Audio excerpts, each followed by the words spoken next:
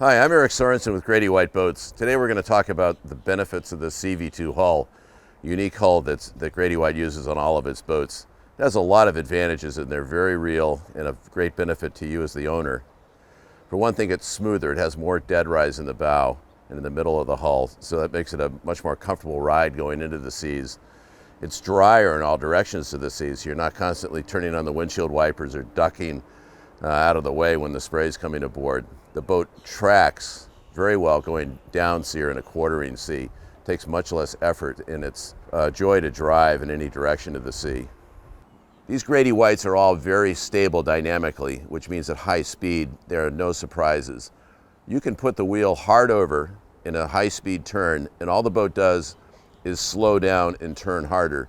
I've run probably every Grady White there is. They're all the same. They're all utterly predictable. And I've also run scores of other competitive boats, and many of them will hook in a hard turn. In other words, the stern will spin around quickly, and that's a big surprise for anybody sitting aft, and it can be hazardous as well. So you get a lot of safety built into the design of the Grady White. You'll also find that in a turn, it leans into a turn like a bicycle or an airplane, so the centrifugal force goes right down through your feet.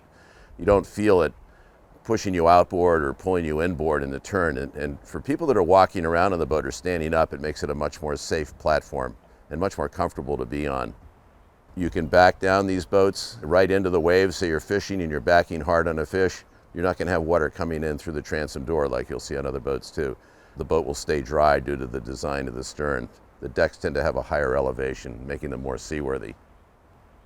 Another benefit of the Grady White hull is it'll get up on plane not only with little bow rise, but it'll stay on plane at a very low speed.